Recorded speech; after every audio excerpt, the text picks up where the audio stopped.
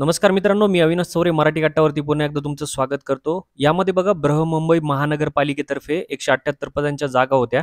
कर निर्धारण व संकलन खात्यामध्ये निरीक्षक या संवर्गाची या ठिकाणी एक्झाम झालेली होती आणि त्या हिशोबाने त्यांचं तात्पुरती निवड यादी आणि या ठिकाणी कट ऑफ यादी म्हणजे मार्क्सची यादी लागलेली होती.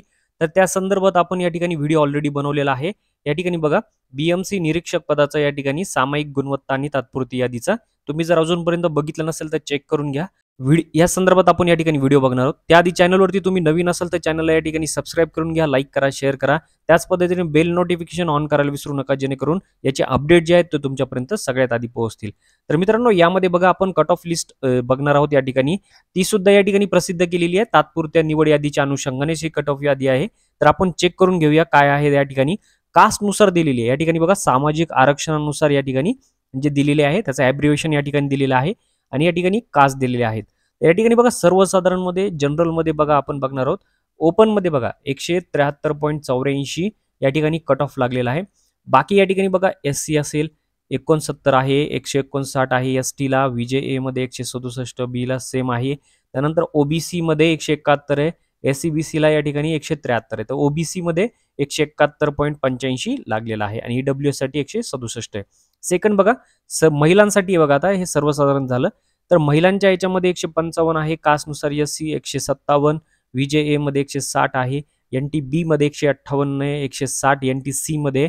त्यानंतर OBC वाल्यांसाठी 157.94 आहे, SCBC ला आहे तेवढाच, EWS ला 153.96, 161.91 हा ओपन प्रवर्गातून आहे. त्यानंतर बघा माजी सैनिकांचा सुद्धा दिलेला आहे. तर ओपन मधून त्यांचा बघा 151.44 एवढा दिलेला आहे. EWS मध्ये 122 आहे, SCBC ला 141 आहे आणि OBC साठी 138. या ठिकाणी बघा बाकी तुम्हाला या ठिकाणी कास्ट वाईज दिलेला असेल तर ते तुम्ही कास्टनुसार जर सेपरेट असेल तर तुम्ही चेक करून घ्या. त्यानंतर प्रकल्पग्रस्त सुद्धा दिलेला आहे 113.30 या ठिकाणी एवढा कमी लागलेला आहे आणि या ठिकाणी OBC ला बघा 105.27 चा लागलाय, SCBC ला 106.24 चा या ठिकाणी लागलेला आहे. त्यानंतर बघा प्रकल्पग्रस्त अगेन्स्ट दिलेला आहे त्यांनी, तर त्यासाठी EWS साठी 167.38 चा लागलाय. भूकंपग्रस्त मध्ये या ठिकाणी बघा ओपन मध्ये 169.87 चा लागलेला आहे आणि OBC वाल्यांसाठी 157.94.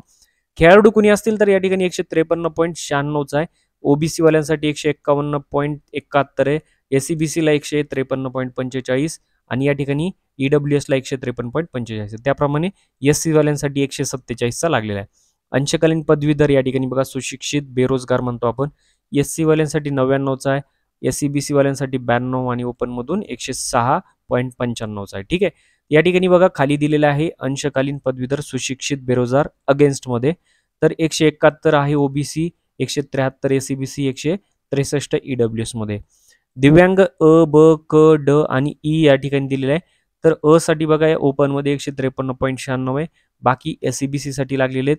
या ठिकाणी क वाल्यांसाठी जर OBC मधून 140 आहे. या ठिकाणी ओपन मध्ये बघा संस्थात्मक जर कुणी अनाथ असेल तर 151.71 आहे आणि संस्था बाह्य कुणी असेल अनाथ 171.85 आहे. त्याच पद्धतीने या ठिकाणी बघा दिव्यांग ब साठी या ठिकाणी NTC मधून 155.95 चा लागलेला आहे.